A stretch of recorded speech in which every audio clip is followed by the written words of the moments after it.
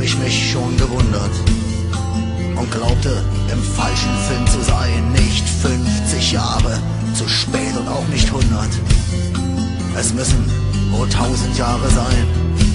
Manchmal denke ich, ich bin der letzte Ritter in einer Welt ohne Ritterlichkeit. Aus schönen Träumen zu erwachen, das ist bitter. Aber diese Zeit ist nicht meine Zeit. Wo sind Treue und Ehre, die mal galten?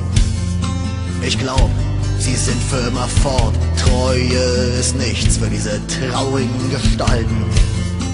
Und Ehre, nur noch ein leeres Wort. Manchmal denke ich, ich bin der letzte Ritter in einer Welt ohne Ritterlichkeit. Aus schönen Träumen zu erwachen, das ist bitter.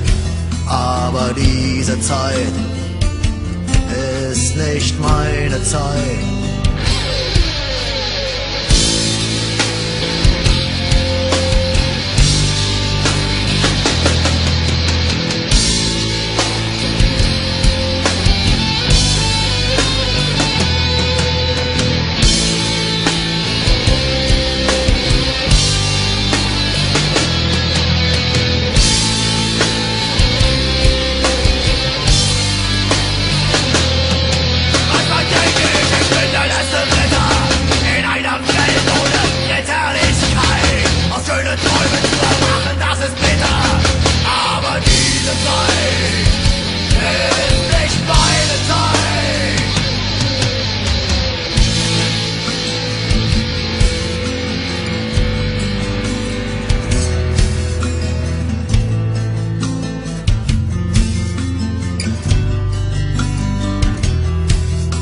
Und dennoch will ich mich nicht beklagen, hat auch die Welt sich gegen mich verschworen. Ich kenn die Wahrheit und ich werd sie immer sagen, denn nur wer aufgibt, hat wirklich verloren. Ich kenn die Wahrheit und ich werd sie immer sagen, denn nur wer aufgibt, hat wirklich verloren.